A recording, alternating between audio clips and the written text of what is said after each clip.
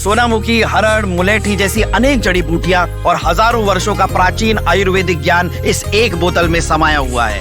कायम टैबलेट, आपकी खुशियों का साथी। ईरान में बीते 2 हफ्तों से लगातार ईरान के लोग सड़कों पर उतरकर ईरान के supreme leader Ayatollah Ali Khamenei के खिलाफ विरोध प्रदर्शन कर रहे हैं। खास तौर पे ईरान की महिलाएं भी ईरान के कई शहरों में उतरकर अयातुल्लाह अली खामेनी के खिलाफ नारेबाजी कर रही हैं और तानाशाह मुर्दाबाद के नारे लगा रही हैं। जिस तरीके से बीते 2 हफ्तों से ईरान में सरकार विरोधी प्रदर्शन है, इस बीच अब अमेरिकी अधिकारियों ने यूएस के राष्ट्रपति डोनाल्ड ट्रंप को ईरान पर संभावित सैन्य हमलों के विकल्पों के लिए ब्रीफिंग दे दी है। दरअसल न्यूयॉर्क टाइम्स की रिपोर्ट बता रही है कि अगर ईरान सरकार प्रदर्शनकारियों पर एक्शन लेती है तो ट्रंप सैन्य कदम उठाने पर गंभीरता से विचार कर सकते हैं। अधिकारियों का कहना है कि राष्ट्रपति ने अभी अंतिम फैसला नहीं लिया। ट्रंप ने बीते दिन सोशल मीडिया पर लिखा था, ईरान आजादी की ओर देख रहा है जो पहले कभी नहीं हुआ। अमेरिका मदद के लिए तैयार है। दूसरी तरफ टाइम मैगजीन ने तेहरान के एक डॉक्टर के हवाले से यह दावा किया, तेहरान के सिर्फ 6 अस्पतालों में कम से कम 200 से ज्यादा प्रदर्शनकारियों की जान जा चुकी है, जिनमें ज्यादातर मौत गोली लगने से हुई। वहीं वहां की न्यूज एजेंसी एपी के मुताबिक अब तक 2600 से ज्यादा लोगों को हिरासत में भी ईरान में प्रोटेस्ट के दौरान ले लिया गया है। हालांकि ईरान पर अमेरिकी हमले की आशंका को लेकर इजराइल भी हाई अलर्ट पर है। रॉयटर्स ने इजरायली सूत्रों के हवाले से इस बात की जानकारी दी है कि हालात को देखते हुए इजरायली सुरक्षा एजेंसियों ने सतर्कता बढ़ा दी है। दरअसल इजराइल और ईरान बीते साल जून के महीने में जंग लड़ चुके हैं, जिसमें अमेरिका ने इजराइल के साथ मिलकर एयर स्ट्राइक किए थे। वहीं बीते दिन इजराइल के प्रधानमंत्री बेंजामिन नेतन्याहू और अमेरिका के विदेश मंत्री मार्को रूबियो के बीच फोन पर बातचीत भी हुई है। रिपोर्ट के मुताबिक इस बातचीत में ईरान में अमेरिकी दखल की संभावना पर ही बातचीत हुई।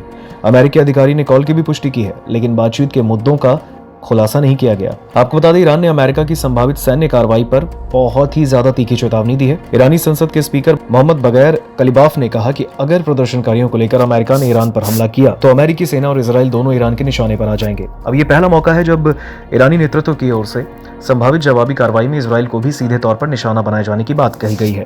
ईरान में बीते 14-15 दिनों से सरकार के विरोध में प्रदर्शन हो रहा है और इस बीच ईरान के supreme leader Ayatollah Ali Khamenei ने प्रदर्शनकारियों के खिलाफ सख्त रुख अपनाया है। ईरान के अटॉर्नी जनरल मोहम्मद मोवाहिदी आजाद ने चेतावनी दी है कि प्रदर्शन में शामिल लोगों को खुदा का दुश्मन माना जाएगा, जिसके तहत मौत की ही सजा दी जा सकती है। ब्रिटेन की राजधानी लंदन में भी ईरानी दूतावास के बाहर प्रदर्शन हुए हैं।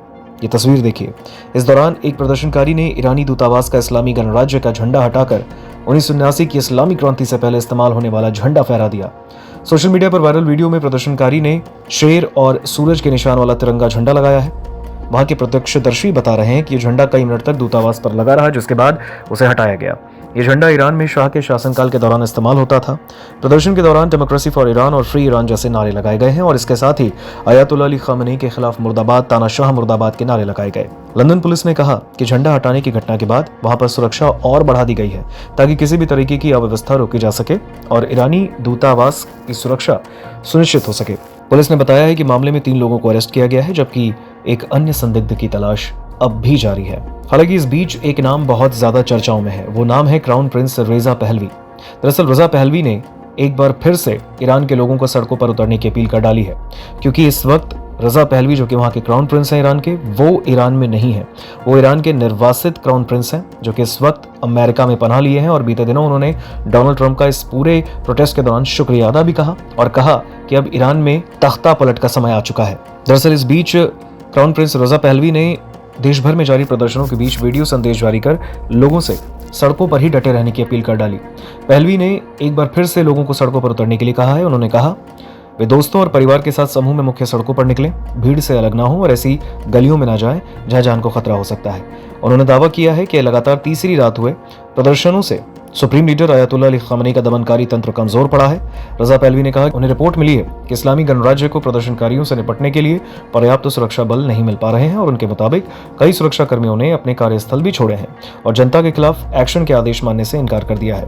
पहलवी ने अपने संदेश में साफ कहा कि अमेरिका के राष्ट्रपति डोनाल्ड ट्रंप ने प्रदर्शनकारियों की मदद के लिए तैयार रहने की घोषणा कर दी है। आपको बता दें, कोई पहली बार नहीं है जब रजा पहलवी का बयान इस पूरे मामले पर आया। रजा पहलवी ने बीते दिन भी ये कहा था कि वो देश लौटकर चल रहे प्रदर्शनों में शामिल होंगे। दरअसल रजा पहलवी की उम्र 65 साल है और वो करीब 50 साल से अमेरिका में ही निर्वासन में रह रहे हैं। शनिवार सुबह उन्होंने कहा कि वो अपने देश लौटने की तैयारी में है। सोशल मीडिया पर किए गए पोस्ट में रजा पहलवी ने लिखा, मैं भी अपने देश लौटने की तैयारी कर रहा हूं ताकि हमारी राष्ट्रीय क्रांति की जीत के समय मैं आप सबके साथ ईरान की महान जनता के बीच खड़ा रह सकूं। मुझे पूरा भरोसा है कि वो दिन अब बहुत करीब है। आपको बता दें, रज़ा पहलवी का जन्म 31 अक्टूबर 1960 को ईरान की राजधानी तेहरान में हुआ। वो इस वक्त ईरान के निर्वासित क्राउन प्रिंस हैं और वो पहलवी राजवंश के उत्तराधिकारी माने जाते हैं। सबसे बड़ी बात यह है कि वो ईरान के आखिरी शाह मोहम्मद रज़ा पहलवी और महारानी फरह पहलवी के सबसे बड़े बेटे हैं। 1979 में ईरानी इस्लामिक क्रांति में उनके पिता को सत्ता से हटाया गया, जिसके बाद वहां की राजशाही खत्म हुई और इसके बाद रज़ा पहलवी का परिवार निर्वासन में अमेरिका में रहने लगा और अब ईरान को वो एक सेक्युलर डेमोक्रेटिक देश बनाने की मांग कर रहे हैं। दरअसल आपको बता दें कि ईरान में जेनजी आक्रोश में है। इसका कारण है वहां की आर्थिक बदहाली। दिसंबर 2025 में ईरानी मुद्रा रियाल गिरकर करीब 1.45 मिलियन प्रति अमेरिकी डॉलर तक पहुंचा, जो अब तक का सबसे निचला स्तर है। साल की शुरुआत से रियाल की कीमत लगभग आधी हो चुकी है और यहाँ महंगाई चरम पर है। खाद्य वस्तुओं की कीमतों में 72% और दवाओं की कीमतों में लगभग 50% तक की बढ़ोतरी दर्ज हुई और इसके अलावा सरकार द्वारा 2026 के बजट में 62% टैक्स बढ़ाने के प्रस्ताव ने आम लोगों में भारी नाराजगी पैदा कर दी है। हालांकि इस बीच ईरान के supreme leader Ayatollah Ali Khamenei ने ईरान की जनता से एक अपील भी की है। उन्होंने कहा है कि देश भर में प्रदर्शनों के बीच ईरान की जनता कोई भी ऐसा काम न करे जिससे ट्रंप को वो खुश करें। वो ट्रंप को खुश करने के लिए देश बर्बाद न करें, ऐसी अपील खामेनी ने ईरान की जनता से भी की है प्रोटेस्ट के दौरान। अयातुल्ला अली खामेनी का कहना है कि ईरान विदेशियों के लिए काम करने वाले भाड़े के लोगों को बर्दाश्त नहीं करेगा और उन्होंने दावा किया है कि प्रदर्शन के पीछे विदेशी एजेंट हैं जो देश में हिंसा भड़का रहे हैं। खामेनी ने कहा कि देश में कुछ ऐसे उपद्रवी हैं जो कि सार्वजनिक संपत्ति को नुकसान पहुंचाकर अमेरिकी राष्ट्रपति को खुश करना चाहते हैं, लेकिन ईरान की एकजुट जनता अपने सभी दुश्मनों को हराएगी। उन्होंने डोनाल्ड ट्रंप से कहा कि ईरान के मामलों में दखल देने के बजाय वो अपने देश की समस्याओं पर ध्यान दे। उन्होंने कहा कि इस्लामिक रिपब्लिक सैकड़ों हजारों महान लोगों के खून के बल पर सत्ता में आई। जो लोग हमें नष्ट करना चाहते हैं उनके सामने इस्लामिक रिपब्लिक कभी पीछे नहीं हटेगी।